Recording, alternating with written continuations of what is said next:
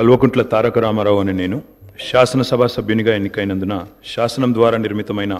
భారత రాజ్యాంగం పట్ల నిజమైన విశ్వాసం విధేయత చూపుతానని, భారతదేశ సార్వభౌమాధికారాన్ని సమగ్రతను కాపాడుతానని, నేను స్వీకరించబోయే కర్తవ్యాన్ని శ్రద్ధాశక్తులతో నిర్వహిస్తానని పవిత్ర హృదయంతో ప్రతిజ్ఞ చేస్తున్నాను. తెలంగాణ శాసనసభ్యుడనైన కల్వకుంట్ల తారక రామారావు అనే నేను సభా నియమాలకు కట్టుబడి ఉంటానని, వాటిని అనుసరిస్తానని, సభా మర్యాదలను పాటిస్తానని, సాంప్రదాయాలను గౌరవిస్తానని పవిత్ర హృదయంతో ప్రతిజ్ఞ చేస్తున్నాను. శాసనసభ అధిపతిగా ఎన్నికైన మీకు హృదయపూర్వకంగా మా పార్టీ పక్షాన, మా అందరి పక్షాన కూడా హృదయపూర్వకంగా మీకు అభినందనలు తెలియజేస్తూ, మా పార్టీ అధ్యక్షులు పెద్దలు శ్రీ కేసీఆర్ గారు వారు దురదృష్టవశాత్తు వారికి కొంత గాయమయ్యి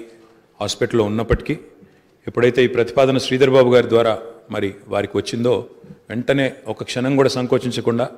రెండో ఆలోచన లేకుండా తప్పకుండా సహకరించవలసిందే అని చెప్పి ఏకగ్రీవంగా ఎన్నిక కావడానికి వారు మాకు ఆదేశాలు ఇవ్వడం జరిగింది. దానికి అనుగుణంగానే నిన్న మీ నామినేషన్లో కూడా మేమందరం కూడా పాల్గొనడం జరిగింది. అధ్యక్ష, మీతో వ్యక్తిగతమైన అనుబంధం కూడా నాకు చాలా ఉంది. మీరు 2009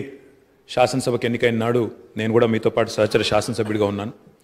ఆనాడు తెలంగాణ ఉద్యమంలో కూడా మీరు మీ వంతు పాత్ర పోషించినారు. 2012 నుంచి 14 దాకా మీరు మంత్రిగా, ముఖ్యంగా మా శాఖకు మంత్రిగా, హ్యాండ్లూమ్స్ అండ్ టెక్స్టైల్స్ డిపార్ట్మెంట్కి మంత్రిగా మీరు పనిచేసిన క్రమంలో ఆనాడు ఒక సందర్భంలో నేను మీ దగ్గరకు వచ్చి, మీరు రండి సిరిసిల్లకి మీరు రావాలి, ఎందుకంటే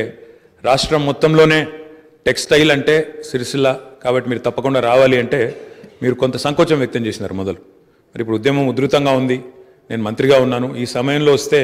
ఏమైనా ఇబ్బంది ఉంటుందా అంటే లేదు, మనం కలిసే పోదామని చెప్పి ఆ రోజు మీరు రావడమే కాకుండా ఆనాడు మరి బ్రహ్మాండంగా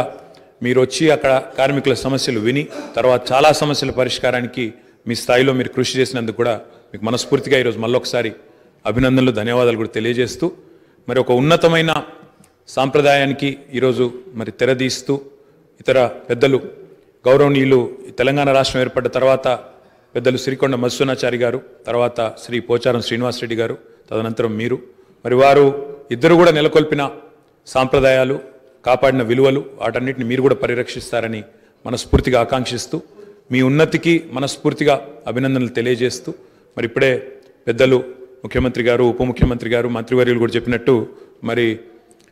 ఈ సభ అందరి సభ, ఈ సభలో ఉండే ప్రతి సభ్యుడి యొక్క గౌరవాన్ని, ప్రతి సభ్యుడి యొక్క హక్కులను,